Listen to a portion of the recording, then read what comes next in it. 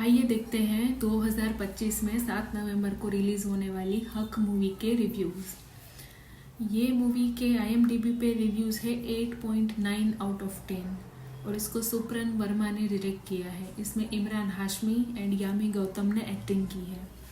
अब इस मूवी का बेस यही है कि एक मुस्लिम कपल होता है, मतलब इमरान हाशमी और यामी गौतम दोनों की शादी होती है और वो लोग खुशी खुशी रह रहे होते हैं, जिसमें इमरान हाशमी जो खुद एक्टर है वो लॉयर होता है और उसकी वाइफ यामी गौतम यानी कि बानो, जिसका नाम मूवी में बानो होता है, शाजिया बानो, वो हाउसवाइफ होती है।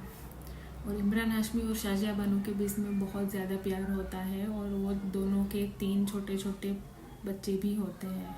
उनकी लाइफ बहुत सही से चल रही होती है, तभी अचानक इमरान हाशमी 3 वीक के लिए बाहर जाता है और वापस आते टाइम वो एक दूसरी बीवी लेके आता है और शाजिया बानो को ये बताता है कि इसका शौहर मर गया है, ये दुखी लड़की है, इसलिए मैंने शादी की है और तुम्हारी भी ये अपनी प्रेगनेंसी में और बच्चे संभालने में हेल्प करेंगी, इसलिए मैं इसे लाया हूँ। जबकि शाजिया बानो को बाद में पता चलता है कि वो उसकी पहली मोहब्बत थी और जैसे ही इमरान हाशमी को पता चला कि उसका शौहर मर गया है, वो वहाँ जाके उसको शादी करके लेके आया है। उसके बाद भी शाजिया बानो चुप रहती है, वहीं पे रहती है। पर जैसे ही शाजिया बानो नोटिस करती है कि इमरान हाशमी का उसके प्रति प्यार एकदम ज़ीरो हो रहा है, उस टाइम पे शाजिया बानो चुप नहीं बैठती और उसके पति से कन्फ्रंट करती है कि ये सब क्या चल रहा है। तब भी जब उसका पति नहीं मानता और उसकी इंसल्ट करता है तो शाजिया बानो अपने 3 बच्चों को लेके अपने मायके चली जाती है। और तब इमरान हाशमी डिसाइड करता है कि वो हर महीने 400 रुपये भेजेगा अपने बच्चों के लिए, जो कुछ महीनों तक वो भेजता भी है। पर वही होता है, बाद में वो भेजना बंद कर देता है। तब शाजिया बानो फिर से उस पर केस लगाती है कि उसको मिलना चाहिए। अब मुस्लिम लोग के हिसाब से और उसकी शादी के टाइम पे जो डॉक्यूमेंट्स बने थे उस हिसाब से एक ही रकम डिसाइडेड होती है, जो उसको दे के इमरान हाशमी छूट जाता है यहाँ पे, जो वो वैसे ही करता है, तलाक दे के वो उतनी रकम उसको लौटा देता है। फिर भी शाजिया बानो को लगता है कि ये गलत है, 3 बच्चों को संभालने के लिए ये बिल्कुल ही काफ़ी नहीं है और ये केस आगे बढ़ता रहता है। फिर शाजिया बानो इसको केस को लेके सुप्रीम कोर्ट तक भी चली जाती है। सुप्रीम कोर्ट में शाजिया बानो ये केस जीत जाती है और उसको पैसे भी मिलते हैं हर महीने उसके पति की तरफ से।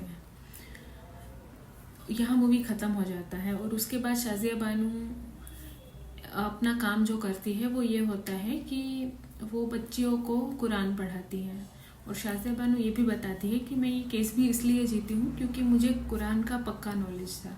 कुरान कभी ये नहीं कहती कि अपनी बीवी को छोड़ दो, अपनी बीवी की मर्ज़ी के खिलाफ दूसरी बीवी ले आओ, या फिर अगर तलाक हो जाए तो बीवी को ये सब मत दो, जो भी मिलना चाहिए उनको फाइनेंशियल हेल्प।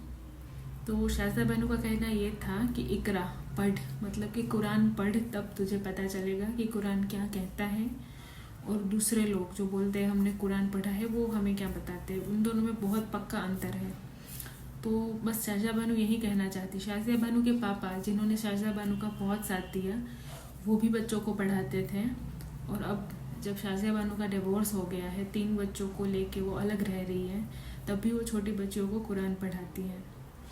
अब यहाँ पे शाजिया बानो को बहुत सालों तक लड़ने के बाद 400 रुपये महीने मिला, जबकि उसके पति की ईयरली इनकम 70,000 रुपीज़ थी। दूसरी चीज़ ये, शाजिया बानो को ये हक तो मिल गया, बट उसका क्या, जो उसको मोहब्बत मिलनी चाहिए, सिक्योरिटी मिलनी चाहिए, अपने बच्चों के लिए एक पापा होने चाहिए, ये सब चीज़ों का क्या।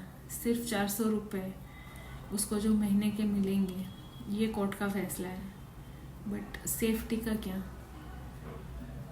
मतलब ये मूवी देख के मुझे ऐसा लगा कि चलो पैसे मिल गए, केस जीत गई, ये सब अलग बात है, बट उसके जो वो दोनों they were in love when they got married, उन वादों का क्या, पूरी ज़िंदगी साथ निभाने का क्या, क्या पैसों से सिर्फ बच्चे पल जाएंगे, क्या उसको पापा की ज़रूरत नहीं है।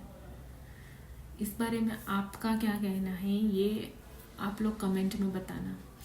नेक्स्ट वीडियो आपको किस टॉपिक पे चाहिए वो भी आप कमेंट में ज़रूर बताना।